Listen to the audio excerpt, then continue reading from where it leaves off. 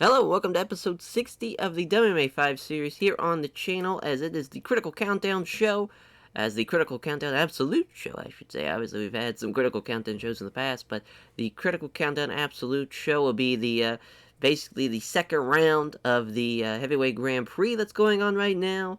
As we'll find out to see what's going to be the final conflict absolute kind of show, because we're going to have pretty much the entire finals is the idea. We're going to have a lot of guys that have been working, probably three fights, probably, that, if you make it to the finals, you'll probably have three fights that night. So that's going to be huge for whoever makes it to the finals. That's a tall task. At least that's what I'm pretty sure that's how it's going to line up. I could be wrong. They might only have to wrestle, Jesus Christ. They might have to only fight twice in one night, but should be interesting to see how this heavyweight Grand Prix goes. Before we get to the Critical Countdown Absolute show, we're going to go through the mail, and it's a lot of mail to go through, as Big Knock has joined Brazilian Top Team. Makes sense. He probably should have done that a while ago. Carlos Newton has taken a hiatus. He's lost 4 straight. He's 10-9-1 in Pride. He has lost to Matt Hughes, Tetsuji Kato, Pat Miletich, and Joe Scarla. As, far as he has not won since August of 2004, which is the Final Conflict show, where he won and became the first ever welterweight champion in Pride FC. But now he is taking his hiatus, clear his head. Maybe we'll see him back in the Pride FC ring sooner rather than later. We shall see, though. Cristiano Marcialo left Shooter Box, as Leo Machida has joined Damian Maia's Jiu-Jitsu. George St. Pierre extended his deal with Pride FC. Andrei Semenov has a major concussion. He will not be on the Pride FC American Bushido 12 card, as he was supposed to take on Tim Kennedy, which a couple of people offered to replace him, that being Little Nog and Melvin Manhoof, and I think that was it. But as far as Andrei Semenov's major concussion, he is going to be replaced by Guy Metzger. So we're going to have Tim Kennedy and Guy Metzger at the American Bushido 12 card now, instead of Andrei Semenov and Tim Kennedy. So Ryan Bowe, Luis Santos, and Big Nog extended their deals, as is Kasasi Carvante. Sumaguchi Seo extended his deal. Daniel Pewter extended his deal. Ryan Healy extended a lot of extensions, as we officially signed Rafael Calavante to an exclusive contract. I think he's, he hasn't had a fight or anything, so we're just looking to see what we can do. I think we're going to maybe send him down to Pride, or not to Pride FC, we're going to send him down to Rings, as that might be better for him, just to get some fights on his belt, because we got a lot of people on this fucking roster. It's getting tougher and tougher to get more people on the fight cards, as we are going to have a TV show starting up in January, so that's going to help out a lot of guys too, but it's still going to be tough. Scott Smith left AMC Pankerton, extended Trey Tellingman, extended Mac Danzig. Alan Goes left Brazilian Top Team, as Cristiano Marcialo joined Paresta. Pat Healy left Alliance. Then Keith Jardine left the Pit and joined AMC Pankerton. That's a huge loss for the Pit. Alexander Emelianenko joined Red Devil Sport. Kichi Kunimoto signed with us. Kunimoto is 2-0. I think he fought at Rio Heroes. Yes, he did. As he's 2-0. Looking to see what he can do for us. He's still obviously very young, but there was a lot of those welterweight guys are still very young. It's still 2-3 fights into their career, so it's going to be easier for him to get some fights compared to the middleweight and heavyweight guys that are starting up. So Chris Lieben extended his deal. Diego Sanchez extended his deal. Is Hirotaka Yokoi, there we go, Yokoi, as Hirotaka Yokoi, as he is 14-5. He's lost to Kerry Schall there his last fight at UFC 84. He beat Randy Couture by a split decision. As far as trying to think of any other big names he has beaten, or doesn't really look like it, but I mean, that's big enough name to sign him from UFC. He's 14-5. He's a judo guy. That's a jiu-jitsu guy. He's a judo guy. High-level Judokan fighter. He should be a problem in the heavyweight division, though. He's currently the 25th heavyweight in the world, though. So we'll see what he can do. In Pride of seeing our heavyweight division, we extended Jake Shields. We signed Low Evil, Jens Pulver. The fucking man, 16-5-1, lightweight guy, one of the top 5 lightweights in the world. He's 4th right now. He's a fucking problem and a half. A former lightweight champion in the UFC. He's beaten Takano Megumi. He's beaten Yves Edwards. He's beaten Scott Hines, Dean Thomas. He's lost to Carl Uno. So and he's beaten Dean Thomas twice. That's huge, huge, huge, huge. As he's going to be a big part of our lightweight division. Obviously, him and BJ Penn, we kind of have to make that happen. Because I was, Ultimate Fighter that season was coaches BJ Penn and Jens Pulver. Mark Hunt extended his deal as poor Mark Hunt, he's 1-4. Tough start. He's gonna have a fight in M1. We let him have a standard contract because his fight record's kind of bad, just to maybe see if you can beef up some fights for him. But it's not looking good. Still, as we signed Yves Edwards too. I mean, our lightweight division is getting bigger and better, and bigger and bigger and better and better. 20-9, the 16th lightweight in the world, which is kind of crazy. I figured he'd be in the top 10. So he's beaten Dean Thomas. He's beaten, Rimina Sato. He's lost to Scott Hines, though. That hurts his stock. As he lost to Josh Thompson. He's lost to Jens Pulver. They've lost to a lot of big names, though. But he's beaten Wanda Baraga, Charles Bennett, crazy over Charles Bennett. And, I mean, it's going to be interesting because he's had a lot of great and good fights throughout his career. Probably going to be no different here in Pride FC. A long-time UFC guy. Nice to steal him away from the UFC as we extended Michael Bisping, Chad Saunders. Nate Corey basically extended him and sent him back down the rings. He's 9-9. He just beat Anthony Johnson, though. Anthony Rumble Johnson. That was tough to see. But I get it, though. He's obviously probably a better fighter than Anthony Johnson is right now, starting out his career. Lost in his debut fight.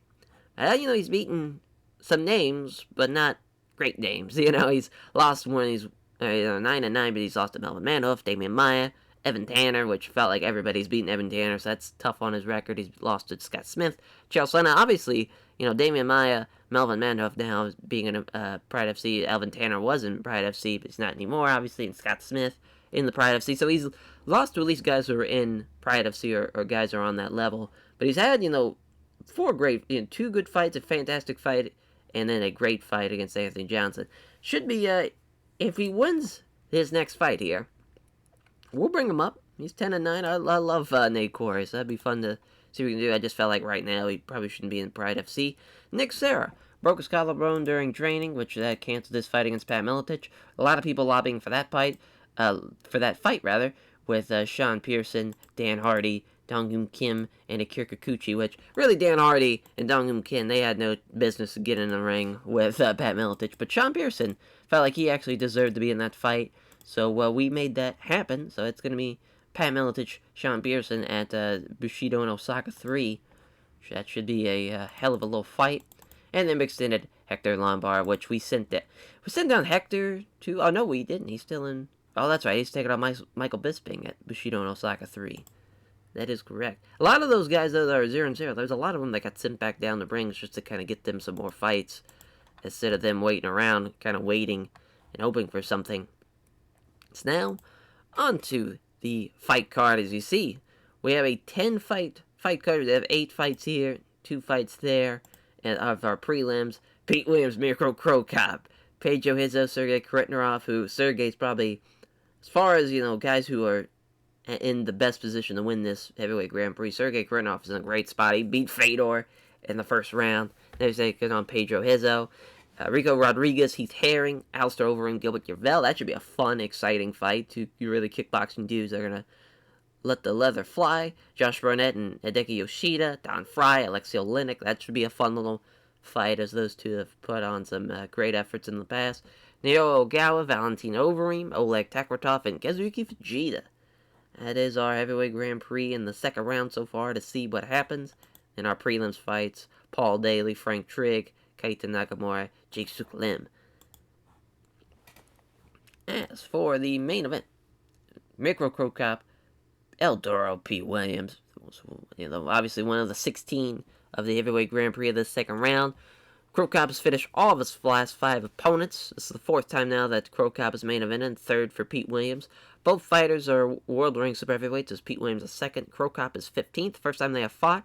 Cro Cop's going to have a 9-inch reach advantage, but Pete Williams has the Blur Cut staff picks 5-2. This would be so awesome if Mirko Cro Cop won. I don't want to, be biased here, but it would be fucking awesome. I would love that more than anything. This should be an exciting fight. Really, Pete Williams does have the advantage, at least going to the ground. But with that 9-inch reach advantage, Cro Cop can really do something dangerous. It just takes one head kick to end the fight for Mirko Cro Cop. As Pete Williams better be fucking ready. Pedro the Rock Hizzo taking on Sergey Kharitonov. As they have fought once before, back at Final Conflict of 2004, which Sergey won by unanimous decision. First, both fighters are world-ranked super heavyweights, as Kharitonov is 6th, Hizzo 7th. Sergey has won 3 of his last 5 fights by decision. He's going to enjoy a significant weight advantage with the Blurcats that pick 7-0. Not looking good for Pedro Hizzo. Maybe he can have an upset here. As Rico Suave Rodriguez taking on the Texas Crazy Horse, Heath Herring, as they have fought once before. So another rematch. American Bushido 6, which Heath Herring won by unanimous decision. Which I want to say that was a pretty bad fight, from what I remember. I want to say it was a poor fight. Let's just take a look here. As I know, it was decent. That's right. It was the awful fight was Greg Wicken. That's right. That was American Bushido 5. But yeah, man, there's been a lot of American Bushidos. The last 4 American Bushidos for Heath Herring. Now he's back in Japan, doing his thing. As they just beat Rafael Correa by a split decision. As Rico Suave Rodriguez, he has the Blurcat staff picks advantage though, 5-2, which I think is very surprising, as he is definitely the underdog going into this. But he's submitted 3 of his last 5 opponents. They're both world-ranked super heavyweights. It's Herring 16th, Rodriguez 18th. But that's interesting. Heath Herring has the underdog. As the Alistair, the Demolition Man, Overeem taking on the Hurricane. Gilbert Yvel. Alistair Overeem's won 4 of his last 5 fights by knockout. Yvel's finished 3 of his last 5 opponents off, as Overeem trains at Golden Glory, which Yvel has an overall record of 1-0 against other current members of that team. First time they have fought. Betting odds have, obviously, Alistair Overeem is going to be a huge margin favorite. Look for it to be over quickly with a knockout, as Alistair Overeem. Another man who's really destined to be in the finals. I mean, he's got quite the path. He had I want to say, he had Tim Zella, which knocked him out just before the bell, as there 4:35 left in the second. Knocked him out. His last loss was a split decision loss to Josh Barnett. He's lost to Andrei Arlovski. He's lost to Kazuchika Fujita, which Kazuchika Fujita's still in this. Josh Barnett's still in this. And then Andrei Arlovski obviously losing to Mirko Krokop. But Gilbert Yvel was kind of shocking. He made it this far. He beat Mark Kerr. And now he's probably going to get his fucking lights knocked out by Alistair Overeem. The Bay-faced assassin, Josh Barnett, taking on Hideki Yoshida. As Yoshida submitted 3 of his last 5 opponents. First time they have fought. Barnett's going to have a significant weight advantage again. The betting odds are going to have him as a huge margin favorite, as obviously a man who is 17-6, a former UFC heavyweight champion.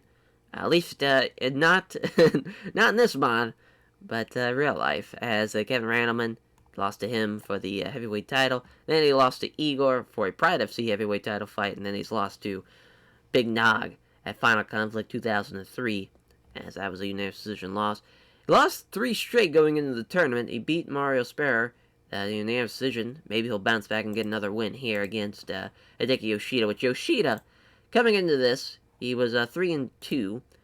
He lost to Mirko Krokop and Kazuchika Fujita, 2 men obviously who made the tournament into the second round, and beat Bob Sapp, which, God bless Bob Sapp, but you can't, that's not a thing that to held highly, obviously, to us mortal men, but in the combat world, Bob Sapp has a losing record, and he's a giant man, but he at least gets tired out, and he can get him in the second round. Maybe he can get a win, as you saw there. He won by Kimura in the second. That's one thing that Josh Barnett's got to worry about, though, is a Kimura from Hideki Yoshida. That seems to be his prime way of finishing fights. The Predator, Don Fry, taking on the Boa Constrictor, Alexei Olenek. They have fought once before at American Bushido 5. Another rematch, as Alexei Olenek won by unanimous decision, as Don Fry has finished 3 of his last 5 opponents, as Alexei Olenek has the Blurcast staff pick 7-0. Don Fry, 16-5, actually a really good record for a guy who's been around for a long time.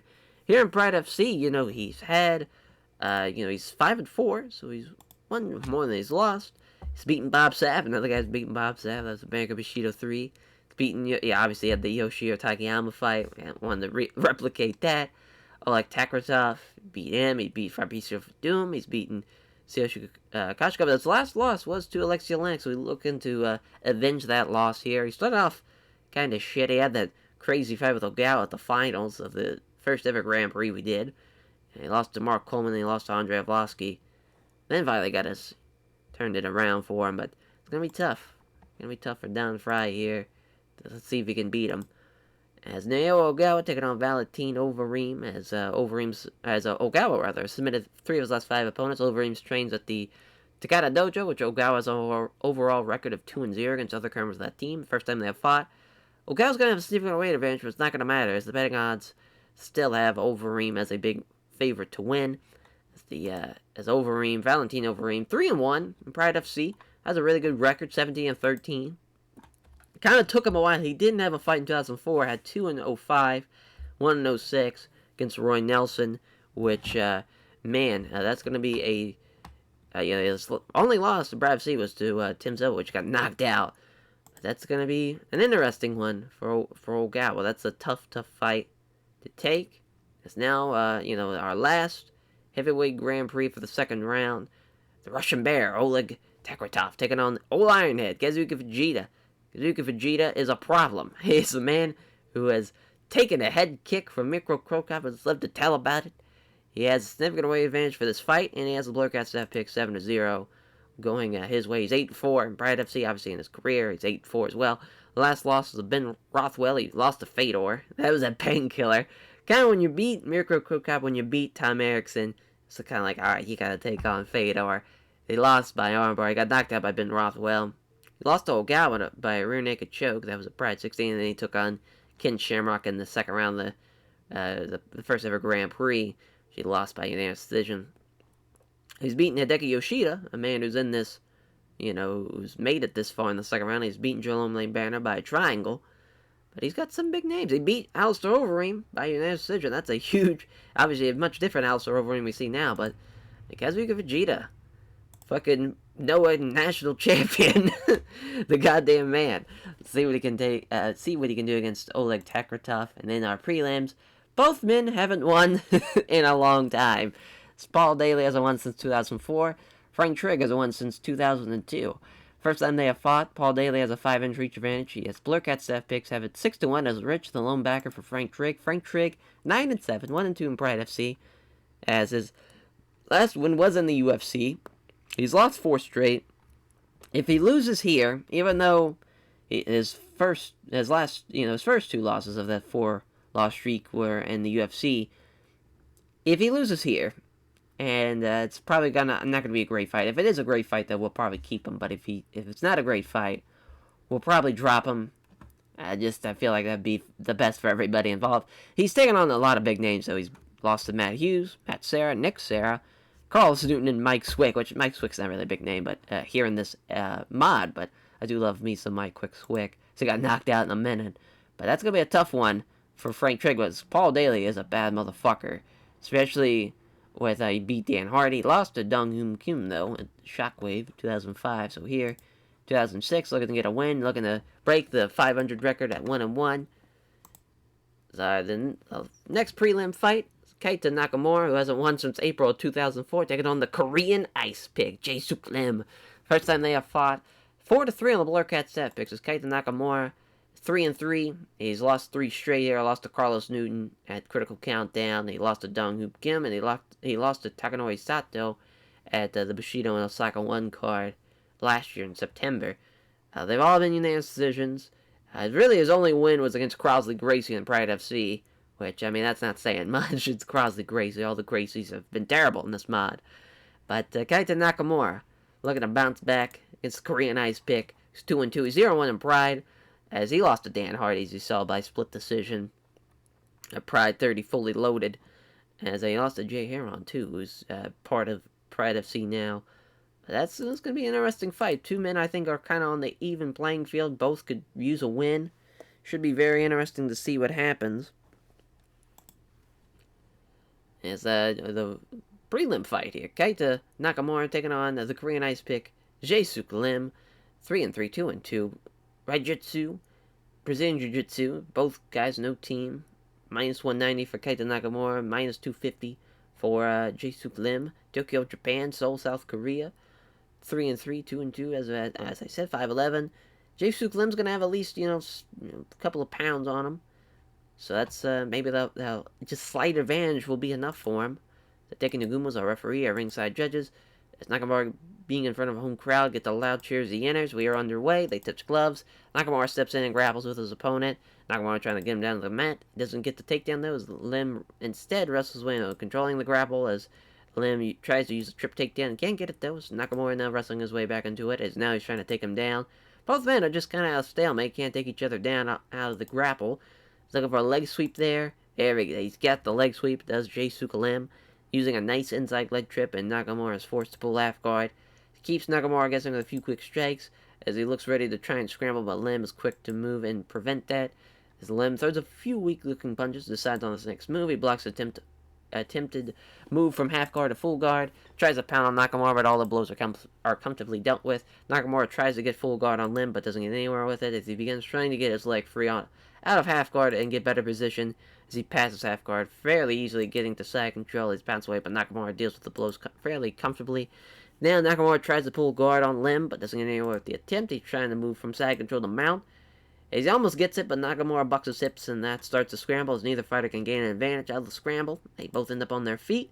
Halfway point, Lim gets in close, clinches with Nakamura, looking to sweep the leg. He does so. Nakamura gets taken down quickly by an inside leg trip, as he can do nothing but pull guard.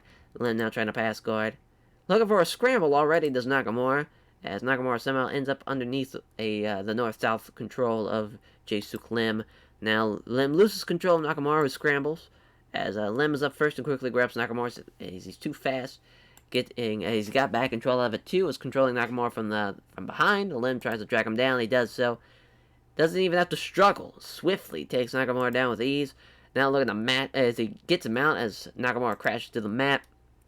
Has a few right hands, but Nakamura doesn't take much damage. Looking for an armbar. Nakamura not only defends the armbar, but also stacks Lim up and hits several punches before gaining side control. That's a great job by Kaito Nakamura. Blocking not only the armbar, but stacking him up and taking side control.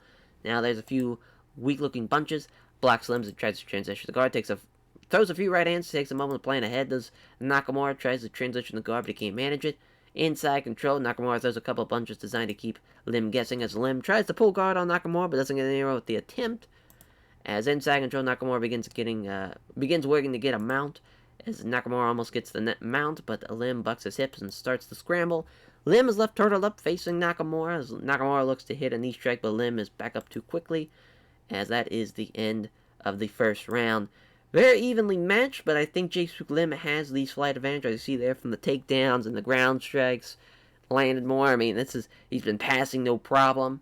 Jaysuke Lim, he's just gonna have to coast his way through this one.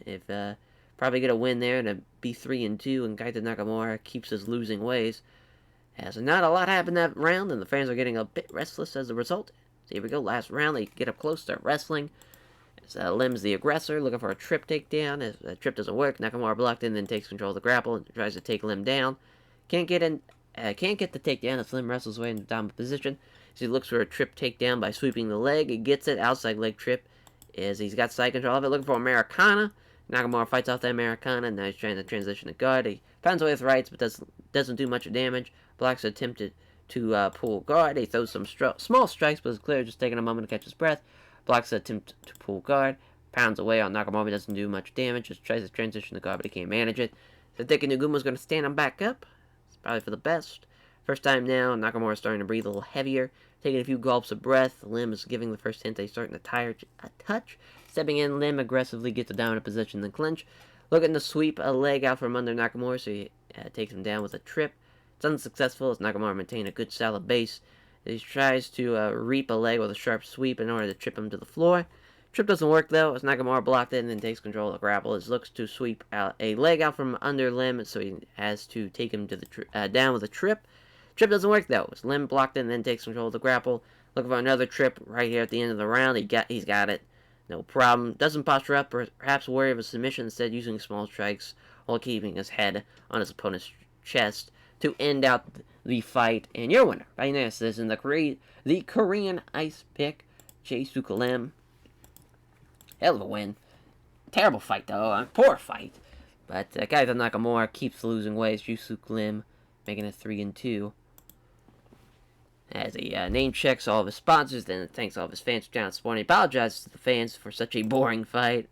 Now the next prelim, Paul Simtex Daily taking on Frank Trigg, 1-1, 9-7, 34 years old, 24 years old, 5'9", both 183, both 5'9", Las Vegas, Nevada. Las Vegas, Nevada, Nottingham, England. Kickboxing, wrestling, judo. Both guys, no team. Minus 240, plus 190. Frank Trigg, not looking good for you, bud. Let's see what happens here. As a refereeing again, Hideki Nuguma, ringside judges, fight begins. There's a jab and there's a right cross that lands hard. Trigg shoots for the takedown. He's almost got away with it, but not quite, as he left hopping while Trigg has a hold of him. Can't get him down, so he's trying to push him up against the ropes. As he does so, as Daly wrestles back against Trigg, though, turning him enough so that he can escape from the ropes. As there's a jab that's wide from Daly, hits Trigg with a beauty of a straight right. Throws a quick punch, doesn't hit it, though. Takes a chance to grab Daly into a clinch, this Frank Trigg, trying to push him up against the ropes. He does so. Now he's got control of him. As he's backed up against the ropes, can't really do much, as thanks to the total control that Frank Trigg is exerting. Remain there for the next 60 seconds, with both fighters looking to avoid leaving any openings. Trigg shows great control again, keeping him pressed up against the ropes. Remain there for another 60 minutes. Finally, the referee breaks him up and brings him back to the center. Punch from Daly fails to land. Trigg comes in and grabs Daly into a clinch. He's trying to muscle Daly up against the ropes. He does so and now has Daly pinned to the ropes. Trigg pins Daly up against the ropes and uses dirty boxing to inflict some damage. There's a couple of left hands to the side of the head from Frank Trigg, as showing his ability to complete control of this. As there we go. As they remain there for at least a minute, hitting each other with short punches to the body and the side of the head. Trigg smothers Daly against the ropes and then uses dirty boxing skills to his advantage. As Trigg tries to dirty box Daly, but he wrestles free and circles back to the center. As Daly can't connect with a jab, he scores a fantastic right cross and he knocks him out with that right cross. Poor Frank Trigg can't fucking buy a fight, but he gets knocked out here. He's 9-8. It's a good fight, so at least he keeps his job for another fight. But he might be out of a job, because we can't send him down the rings, because rings doesn't have a welterweight division. I've been looking to try to make a welterweight division in rings, but I don't think that's a thing. I was looking for it and I couldn't find it. As Paul Daly thanks all of his sponsors for backing him, also thanks his family, friends, and supporters. As they ask who he wants to fight next, he says that he demands a fight with Dong-Hoop Kim. We can make that happen. Now on to the Heavyweight Grand Prix. The Russian Bear, Oleg Takratov, taking on Ironhead, Kazuki Fujita. 8-4, 18-11-2. As 6'240" for Kazuki Fujita, 6'220" for Oleg Takratov. As Sambo Judo Wrestling, Takata Dojo, no team for Oleg Takratov.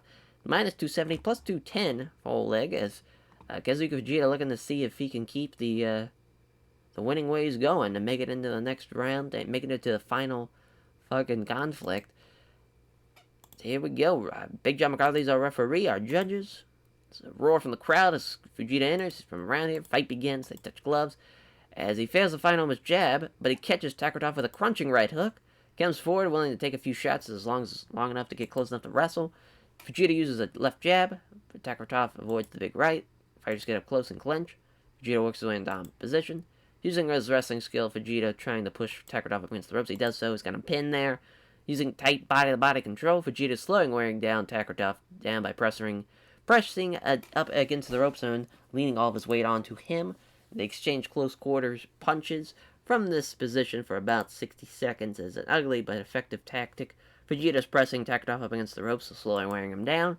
The grueling grappling contest continues for about the next 60 seconds, with both fighters looking to avoid leaving any openings.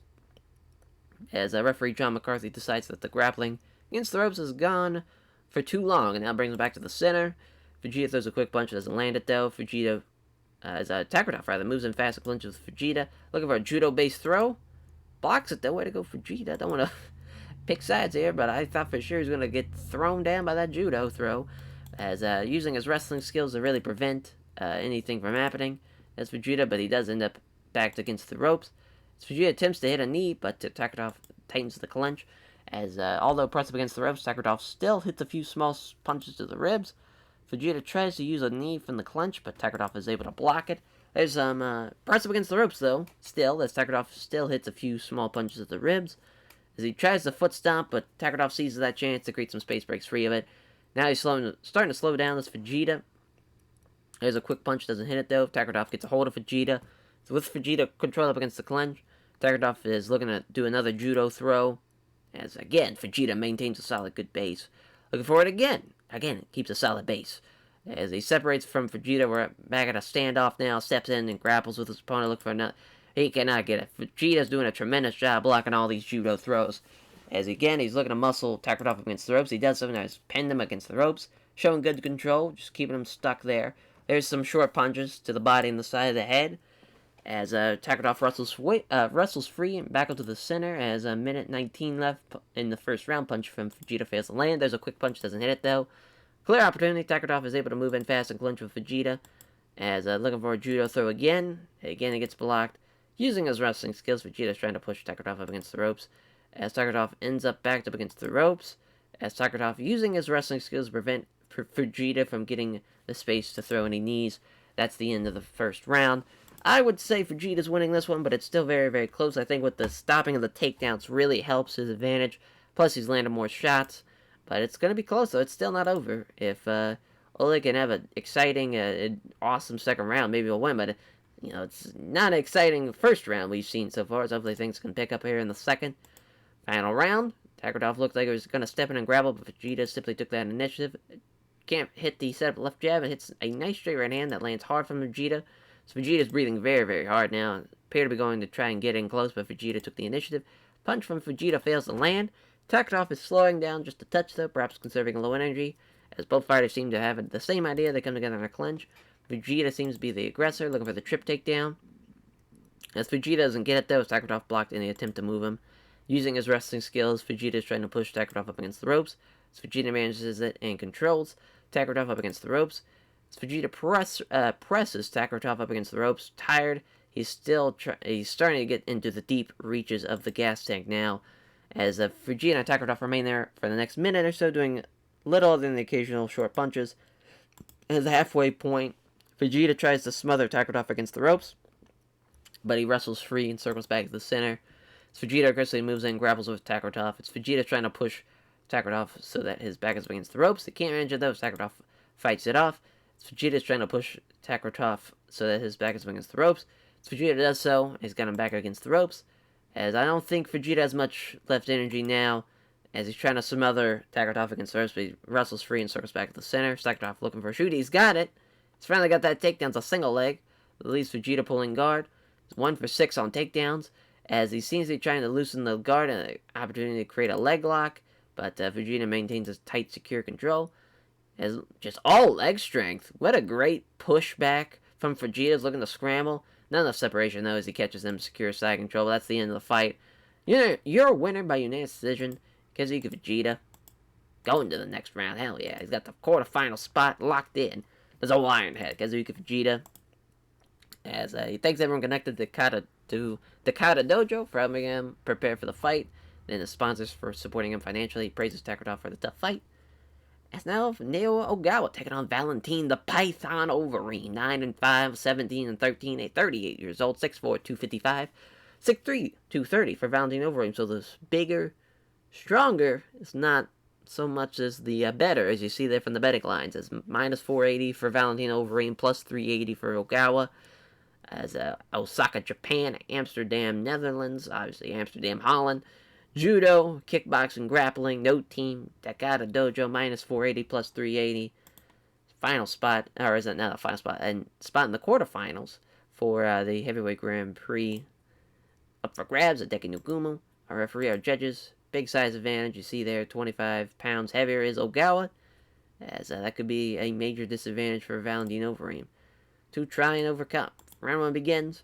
Ogawa may have been aiming to get in close, but Overeem aggressively took the initiative. There's a quick punch that doesn't hit, though. There's a pair of tentative jabs from Ogawa. There's a left hand and catches Ogawa with a crunching right hook. So Ogawa tries to shoot in on Overeem. Gets a hold of a leg, but Overeem remains standing, hopping on the other foot. He drives him up against the ropes as Ogawa, looking for a judo throw. Excellent judo throw. Gets a quick inside leg trip, can do nothing but pull guard. Does Valentine Overeem as Ogawa catches his breath, continues to throw a couple punches to the body. So Ogawa blocks Overeem and tries to transition to full guard, as Ogawa is trying to get out of half guard and into better position. As Overeem tries to counter the pass attempt, they find themselves scrambling for position. Scramble results in Ogawa being on his back, pulling guard. So Overeem tries to pass the guard. He passes the guard and gaining side control. He's now looking to get mount. As Overeem almost gets the mount, but Ogawa bucks his hips, starts to scramble. The scramble results in Ogawa being on his back, pulling half guards of her back, basically in half guard. There's a couple of punches designed to keep Ogawa guessing there. As Ogawa bursts into life, tries to scramble into a better position. So Overeem's too quick though, grabs side control before Ogawa can even get back up to his feet. As Ogawa fires off a handful of punches, but each easily being blocked with gloves, he tries to pull guard on Overeem, doesn't get anywhere with the attempt. Halfway point in the first round, looking for a triangle. Looking for the arm triangle. Ogawa blocks it. Tries to pull guard Overeem, but doesn't get anywhere with the attempt. Ogawa is taking some right hands to the body now.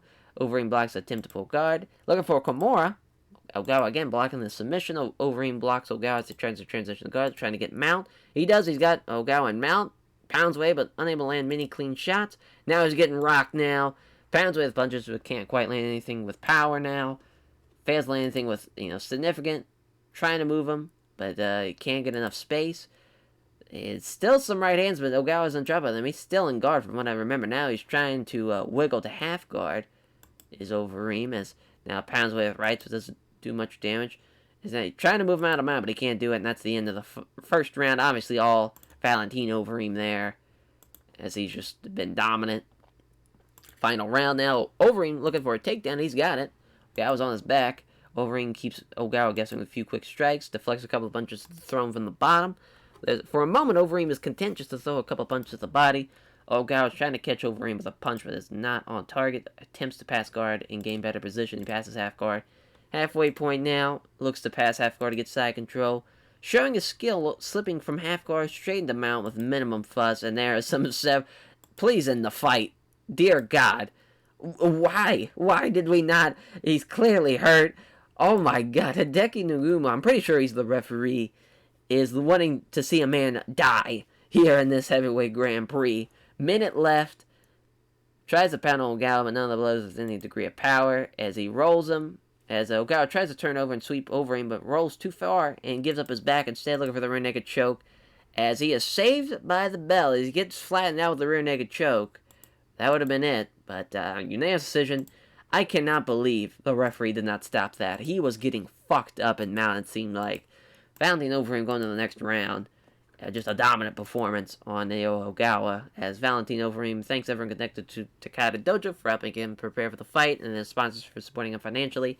Says he has a lot of respect for Naoya Ogawa. I mean, I would say. That is some toughness right there. He was getting his fucking ass kicked.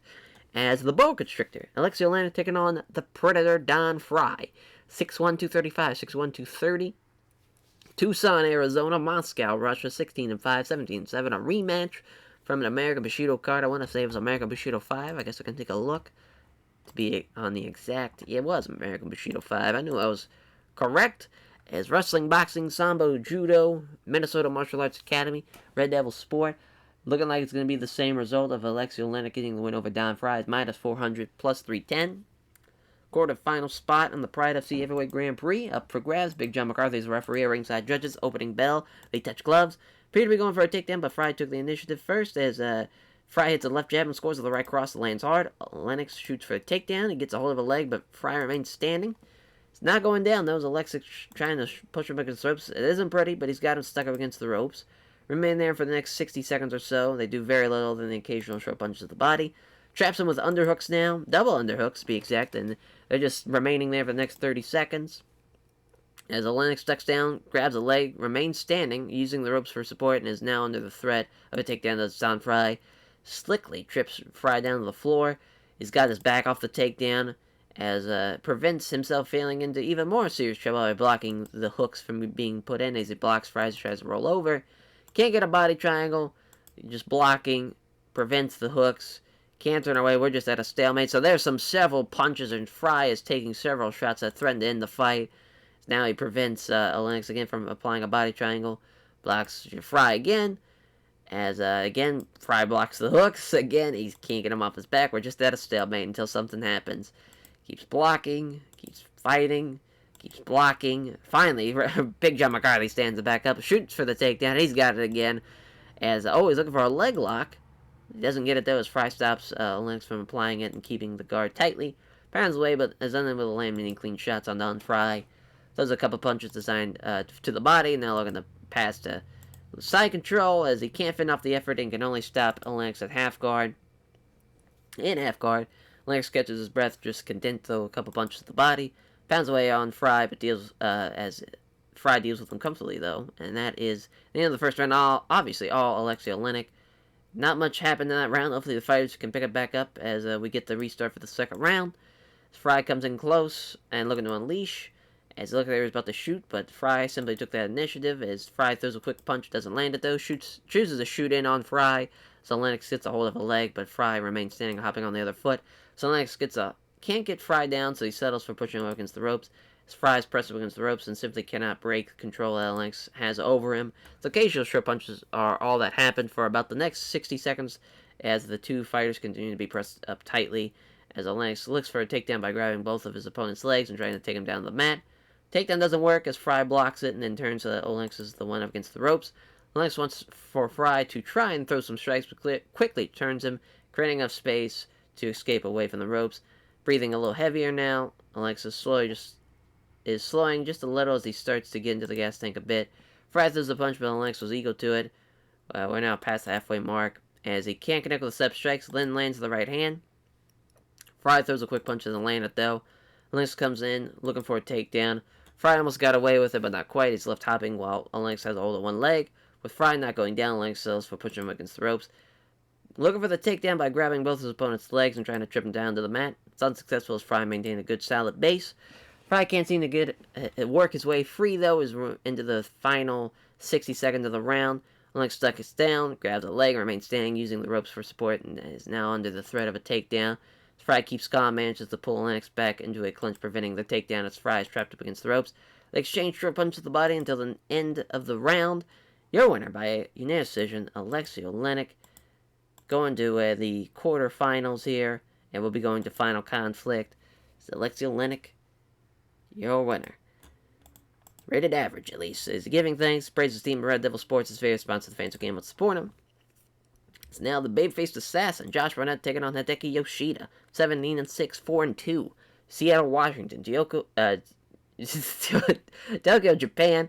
This is as one-sided gets. This is going to be a layup for Josh Barnett, one would assume. 6'3", 250, 5'11", 220, 36, 28. Judo, catch wrestling. No teams for both men. As Big John McCarthy is a referee, our judges, as he's given up at least 30 pounds as Hideki Yoshida. But he gets a loud ovation as he gets some loud cheers as he enters. Opening bell, jab it's home from Barnett, hits a right cross. Yoshida warily circles looking for an opening. He needs to initiate some grappling as there's a left jab. Hits Yoshida with a body kick. Looked like he was angling for a grapple but couldn't take the initiative. As he catches Yoshida with a right hook. Throws a 1-2 punch but Yoshida avoids both of them. Seizing that opportunity, Yoshida clinches. Yoshida's looking to muscle Barnett up against the ropes. He out-wrestles him though. He's trying to lock Yoshida into a Muay Thai clinch. He manages it, now controls Yoshida by the back of his head. From the clinch, Yoshida gets caught with a massive knee to the chest. As Yoshida partially blocks a knee strike enough to allow him to wrestle free of the clinch. As jab hits home from Barnett, then hits Yoshida with a straight right.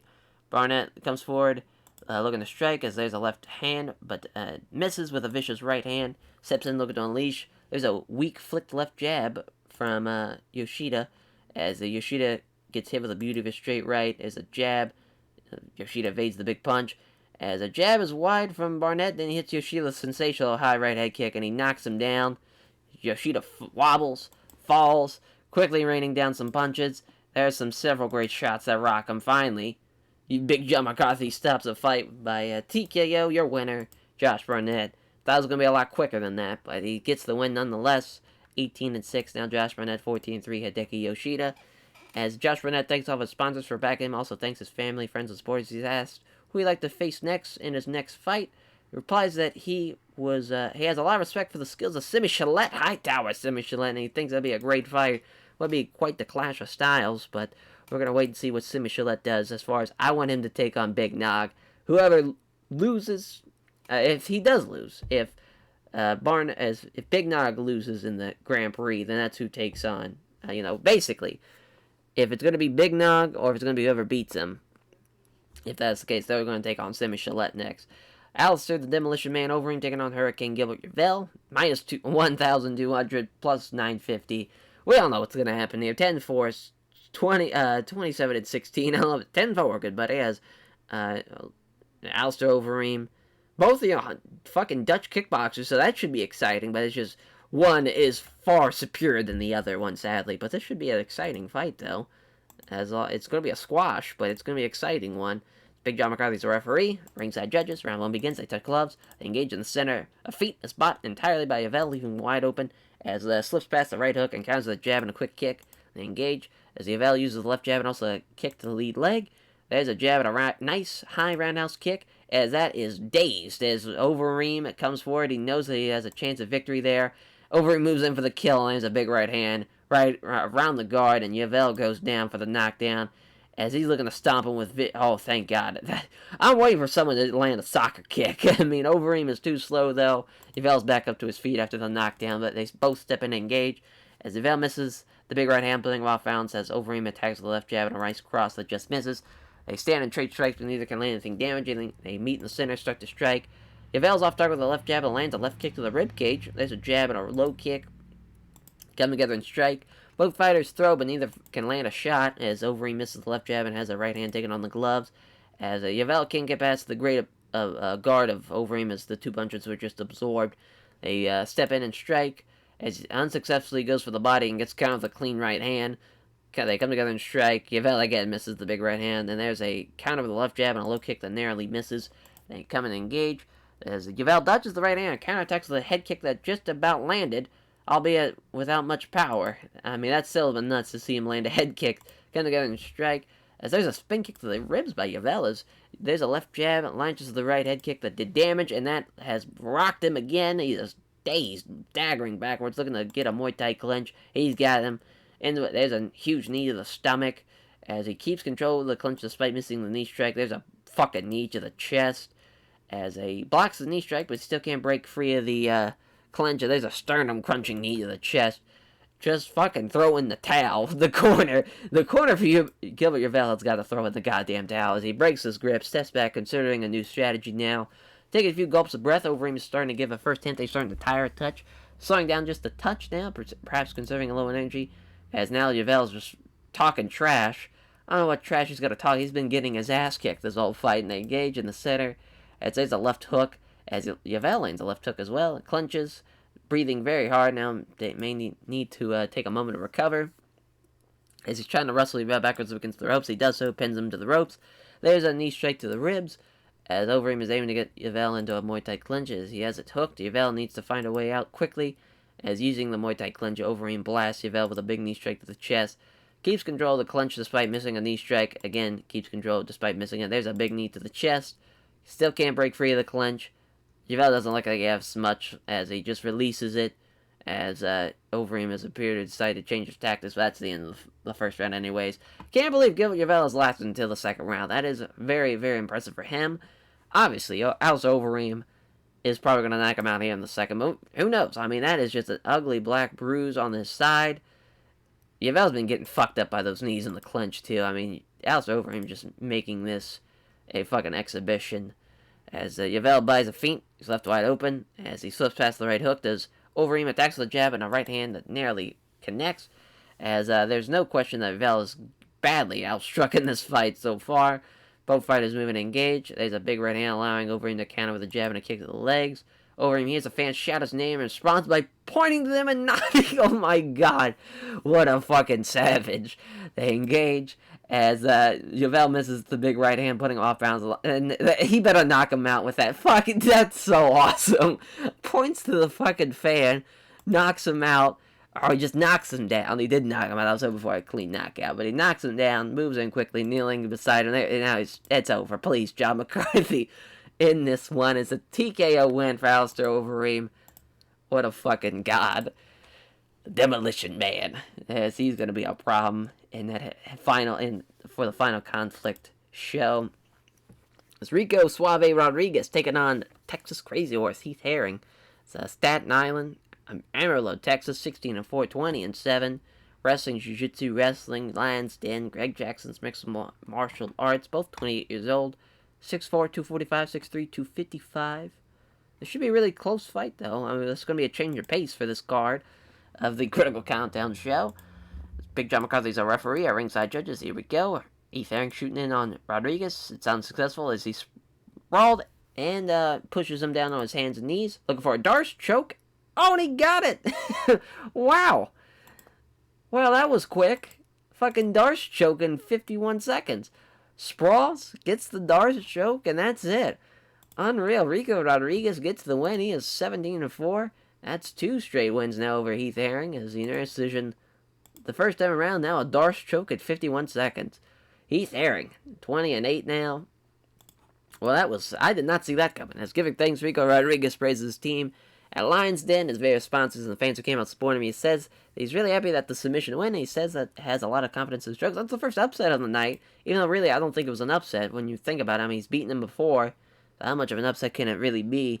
I like the betting odds. The line fucked up. As Pedro the Rock Hizzo taking on Sergey Karetnov in the co-main event. 14-5, 13-1, Muay Thai, Sambo Boxing, Rio de Janeiro, Brazil, Tula, Russia, 6'4", 240, a giant man is Sergey Karetnov, 6'1", 225, a big man, but I wouldn't say a giant, as Hoos Valley Tudo, Team Avistian, betting lines at -300, plus 230, as Sergey Karetnov, already an impressive, star beating Fedor. He's going to add another name to the list with Pedro Hizzo looking like he's going to add another name. As Yuji Shimada's our referee, our ringside judges. We are underway. They touch gloves. Hizzo comes forward looking to force a strike exchange as steps into a pocket, showing little fear of Sergey Karetnov. Pedro Hizzo, the man of a stone there. They call him the Rock for a reason. As Hizzo fails to land any of the strikes in the combo that ended with a slithering low kick. As he comes forward and the two fighters start trading blows. Karetnov hits a jab in the exchange. Good hand speed from Hizzo as he lands 2 of a flurry of 4 punches, but Karetnov avoided the big right. Jab lands from Hizzo, but he misses the big right hand that falls up. Exchange of strikes sees both fighters fail anything significant. They meet in the center again. Throws a leg kick but doesn't connect as Karetnov counters with a quick left jab and a leg kick that narrowly misses the target. They engage and manages to connect with 1 punch out of a flurry that can't hit the right cross. As there's a clean right hand from Sergey. So there's a flurry of 4 punches as a prelude to a roundhouse kick to the body, but doesn't connect with anything on that. As takes his chances, shoots in on Hizzo. As he partially defends it, ends up hopping on one foot while Karetnov has to hold the other one. As now he's looking to push him against the ropes, looking to take him down. This time he's got him. He's got the side control of it too. There's a right hand to the body, looking for an arm triangle. As Hizzo fights off the arm triangle, fires off a handful of punches, each easily being blocked with gloves. Throws a few right hands, but is mainly just trying to catch his breath. Keeps Hizzo guessing with a few quick strikes, looking for an arm triangle again. Again, Hizzo stops it. As a referee, Shimada, stand on the back up. They exchange strikes at relatively close range, but nothing really lands. Hizzo throws a 2-punch combo, but Karetnov avoids both of them. Seizes that chance, grabs Hizzo into a clinch. There's a knee strike from the grapple and catches Hizzo to the side of the stomach. He's trying to push Hizzo so that his back is up against the ropes. He manages it and controls Hizzo against the ropes. With Hizzo stuck against the ropes, Sergey tries to complete a takedown by going low and grabbing both legs. Doesn't get it, though, as Hizzo blocked the attempt to move him. He can't seem to work his way free, though, as Karetnov looks to sweep a leg out from under Hizzo and try to take him down with a trip. He does so in a superb outside leg trip. Fires off a few punches as he tries to catch his breath. Throws some small strikes, but it's clear just taking a moment to try and catch his breath. Throws a few weak-looking punches, decides his next move. Fires off a handful of punches, each easily being blocked with gloves. As he punches down at Hizzo, they're easily taken on the gloves. It pounds away, but Hizzo calmly deals with them. Unloads some right hands, but Hizzo again deals with them comfortably. As again, stands it back up. But what's the point? It's the end of the first round. Yeah, all Sergey Karetnov there. As we'll see what happens in the second round. As fails to land anything in a strike combination that ended with a slithering low kick. As moving in fast, clinching with Hizzo to Sergey, trying to push him against ropes. He does so, and now he's got complete control. Looking to go down low, grab both legs, as Hizzo cannot stop that. Gives up his back, too, looking for the rear naked choke. Defends the choke. Tries to turn over and sweep Karetnov, but he can't do it. Tries to, again with the rear naked choke, and again defends himself well from the choke. Tries to turn over and sweep Karetnov, but he can't do it. Looking for it again. It's just not going to happen. This is rinse and fucking repeat. Rinse and repeat. Referee Shimada stands him back up. First time now, Pedro Hizzo starting to breathe a little heavier. He's still moving well, but he's definitely breathing a little deeper now as Sergey Karetnov moving forward. Karetnov lands a left hand in exchange. There's a 1-2, but Karetnov is equal to it. There's a punch, but again, Karetnov is equal to it. Gets a hold of Hizzo, trying to push him against the ropes. He does so, but that's the end of the fight. End of the second round. Your winner, unanimous decision, Sergey Karetnov. Pretty much a no-brainer there. It's rated decent. Sergey Kurtnerov thanks everyone connected to Team Avistian for helping him prepare for the fight, and then the sponsor for supporting him financially. Sergey Kurtnerov gives a show of respect to his opponent. And now, our main event. Eldoro, Pete Williams taking on Mirko Cro Cop. Oh boy, 8-1, 22-7. Mirko Cro Cop is the underdog, minus 140, minus 180. Submission wrestling, kickboxing, no team lines, then 31 years old. 31 years old, both men 31 years old. Both weighing in at 235, just Pete Williams has 1 inch on him. Dallas, Texas, Croatia. I'm not even going to try to pronounce that. Zagreb?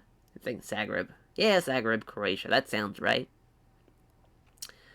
This is going to be crazy. This is going to end many different ways. See, either someone's going to get knocked out in the first minute, or it's going to go the distance, or Pete Williams wins by submission.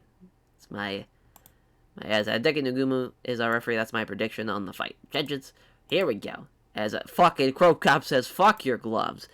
As Williams is backing off, hits a weak right hand. As he lands a jab and catches Williams with a left hand to the body. Williams keeps slightly out of range, looking for a chance to dart in, start the grapple. There's a jab and a low kick. There he's looking to unleash Cro Cop. Peterby going to try and get in close, but Cro Cop took the initiative. There's a quick punch, doesn't land though. Can't connect with a step strikes. He hits Williams with a straight left though. Williams comes in for that takedown. He stops it.